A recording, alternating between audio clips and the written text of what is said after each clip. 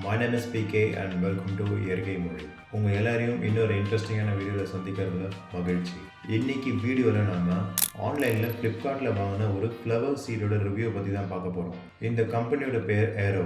இதே கம்பெனியோடைய vegetable சீட்ஸுடைய unboxing and review பற்றி நான் ஆல்ரெடி என்னோட சேனலில் ஒரு டீட்டெயில்டான ரிவ்யூ போட்டிருப்பேன். அது ஒரு சீப் அண்ட் பெஸ்ட் ஆப்ஷன் சொல்லி. இன்கேஸ் நீங்கள் அந்த வீடியோவை பார்க்கலன்னா மறக்காமல் அந்த வீடியோவை பாருங்கள். நீங்கள் ஒரு பிகினர் கார்டனாக நீங்கள் இப்போ தான் மாடி தோட்டம் அமைச்சு ஆரம்பிக்க போகிறீங்கன்னா உங்களுக்கு அந்த ஏரோ வெஜிடபிள் சீட்ஸ்ன்றது ஒன் ஆஃப் த பெஸ்ட் ஆப்ஷனாக இருக்கும். அது ஏன் எதுக்குன்றது எல்லாத்தையுமே அந்த வீடியோ நான் எக்ஸ்பிளைன் பண்ணியிருப்பேன். லிங்க் நான் ப்ரொவைட் பண்ணுறேன், மறக்காமல் செக் பண்ணி பாருங்கள். இன்றைக்கி அதே கம்பெனிலேருந்து நம்ம ஃப்ளவர் சீட்ஸை வாங்கி நம்ம விதைச்சி அதோட முளைப்பு திறன் எப்படி இருக்குது, அந்த விதைகளோட தரம் எப்படி இருக்குன்றது தான் பார்க்க போகிறோம். ஃபர்ஸ்ட் ஆஃப் ஆல், மாடி தோட்டத்தில் காய்கறி செடிகள் வளர்க்குறது எந்த அளவுக்கு முக்கியமோ அதே அளவுக்கு பூச்செடிகள் வளர்க்குறதும் ரொம்ப ரொம்ப முக்கியம். ஆனால் பெரும்பாலும் மாடி தோட்டம் வச்சுருக்கவங்க காய்கறி செடிகள் மட்டும் தான் ஃபோக்கஸ் பண்ணுவாங்க. பூச்செடிகள் பார்த்தீங்கன்னா ஒரு நர்சரியிலேருந்து தான் வாங்கி அவங்க வளர்த்துட்டு கொண்டு வருவாங்க. பிகாஸ் பூ விதைகள் அடிப்படையில் விதைகளிலிருந்து வளர்க்குறது ரொம்ப கஷ்டமான விஷயம்ன்றது ஒரு பிம்பமாகவே இங்கே உருவாகி இருக்கு. அது நிஜமானு கேட்டிங்கன்னா கண்டிப்பாக கிடையாது. அண்ட் பூச்செடிகள் நீங்கள் விதையிலேருந்து வளர்க்குறப்போ உங்களுக்கு ஏகப்பட்ட அட்வான்டேஜஸ் இருக்குது. என்னென்னா நீங்கள் பருவத்துக்கான பூச்செடிகளை நீங்கள் ரொம்ப ரொம்ப ஈஸியாக ரொம்ப அதிகமாக வளர்க்கலாம். ஃபார் எக்ஸாம்பிள், இப்போ நீங்கள் வெளியே போயிட்டு ஒரு மேரிகோல்ட் செடி, அதாவது சாமந்தி செடி ஒரு 30 ரூபா கொடுத்து நீங்கள் வாங்குறீங்கன்னா அதே 30 ரூபாய்க்கு நீங்கள் விதைகள் வாங்கினீங்கன்னா கிட்டத்தட்ட உங்களால் ஒரு 50 செடி வரைக்கும் ரொம்ப ரொம்ப ஈஸியாகவே வளர்த்து கொண்டு வர முடியும். அதே போல் இந்த ஏரோ சீட்ஸில் 40க்கும் மேற்பட்ட பூ விதைகள் கொடுத்துருக்காங்க.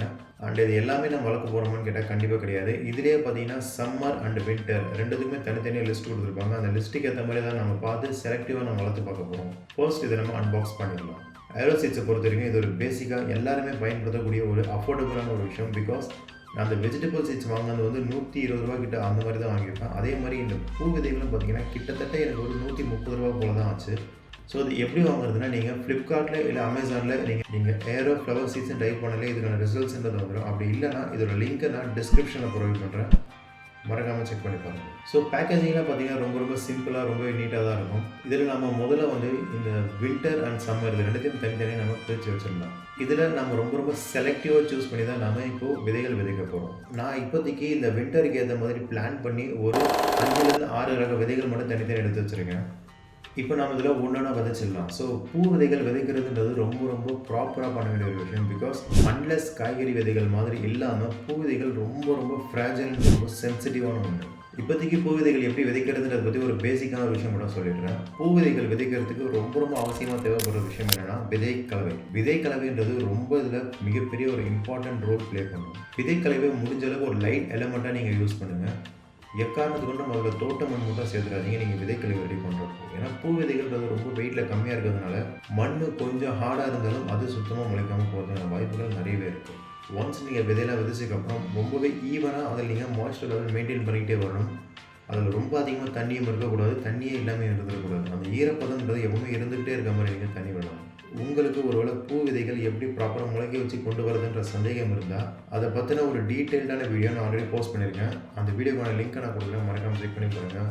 இது உங்களுக்கு ரொம்ப யூஸ்ஃபுல்லாக இருக்கும். இதில் பார்த்தீங்கன்னா நான் மேரிகோல்டு, ஜினியா, தாலியா, கிறிசாந்தரம், கெலண்டுலா இந்த மாதிரி ஒரு சில முக்கியமான இந்த குளிர்காலத்துக்கு ஏற்ற மாதிரி நான் பூ விதைகள் நான் விதைச்சிருக்கேன். அதில் அவ்வளோ விதைகள் இருந்துச்சு, நீங்கள் அவ்வளோ விதைகளைன்னு கேட்டால் கண்டிப்பாக யாராலையுமே மாடி தோட்டத்தில் அவ்வளோத்தையும் விதைச்சு வளர்த்துட முடியாது.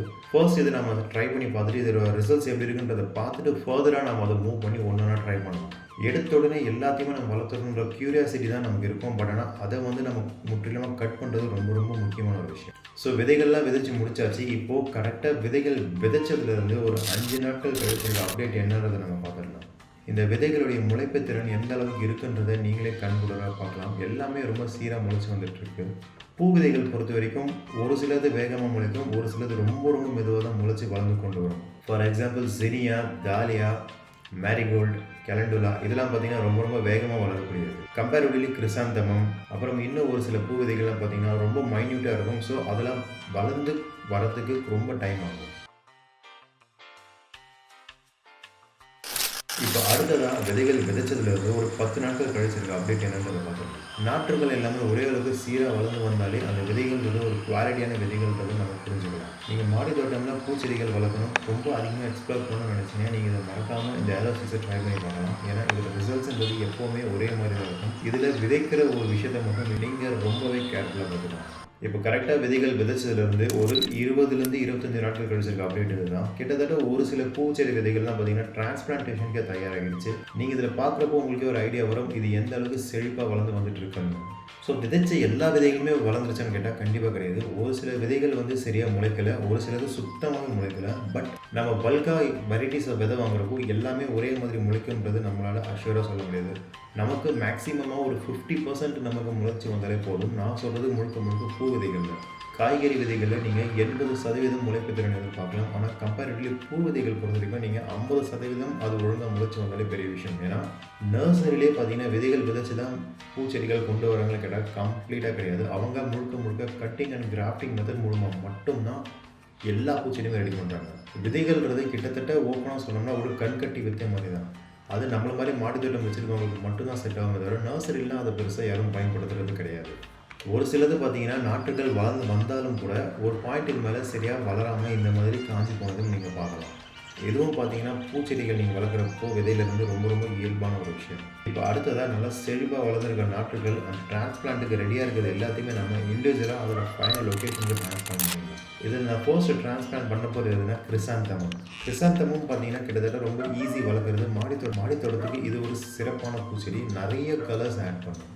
நான் இந்த ஃப்ளவர் டவரை தான் யூஸ் பண்ணி நான் வளர்க்க போகிறேன். இது வரைக்கும் இதை நான் பெருசாக யூஸ் பண்ணதில்லை, வாங்கினதில்லை. இப்போ தான் இதை ப்ராப்பராக யூஸ் பண்ணுற ஒரு ஐடியாவே எனக்கு வந்திருக்கு.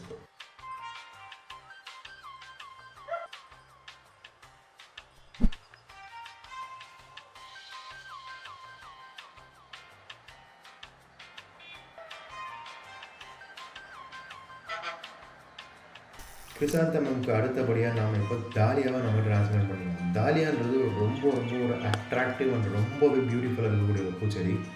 நீங்கள் டாலியா பூச்செடிகள் நீங்கள் தனியாக வாங்குறீங்கன்னா குறைஞ்சது இந்த ஒரு பூச்செடியுமே பார்த்தீங்கன்னா 70லேருந்து 100 ரூபாய் வரைக்குமே சொல்லுவாங்க. ஏன்னா இதோட பூக்கள் வந்து அவ்வளோ அழகாக அவ்வளோ பெருசாகவும் இருக்கும். நீங்கள் இந்த மாதிரி பல்காக நீங்கள் வாங்கி இந்த மாதிரி நீங்கள் மொத்தமாக வாங்கி ட்ரை பண்ணுறப்போ உங்களுக்கு அதிகமான பூச்செடிகள் உங்கள் மாடித்தோட்டத்தில் ஃபில் பண்ணுறதுக்கு ரொம்ப ஈஸியாக. இதே மாதிரி நாம் ஒரு பூச்செடிகள் பார்த்தீங்கன்னா அது நாற்றுகள் நல்லா செழிப்பாக வளர்ந்ததுக்கப்புறமா நாம் அதை ஃபைனல் லொக்கேஷன் டிரான்ஸ்பிளான்ட் பண்ணிடலாம். அண்ட் இதோட ஃபைனல் அப்டேட் என்னன்றதையும் இப்போ நான் உங்களுக்கு காமிச்சிடுறேன்.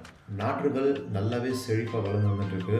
இந்த ஏரோ கம்பெனியோட ஃப்ளவர் சீட்ஸை நாம் ஃப்ளிப்கார்ட்டில் இல்லை ஒரு அமேசானில் வாங்கலாம்னு கேட்டால் தாராளமாக வாங்கலாம். ரொம்ப அஃபோர்டபுள் தான்.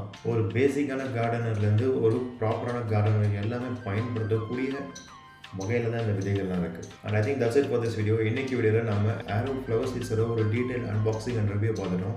நான் உங்களை அடுத்ததாக இன்னொரு இன்ட்ரெஸ்டிங்கான வீடியோவில் பார்க்குறேன். Let's stay connected to create a better environment and thank you bye PK.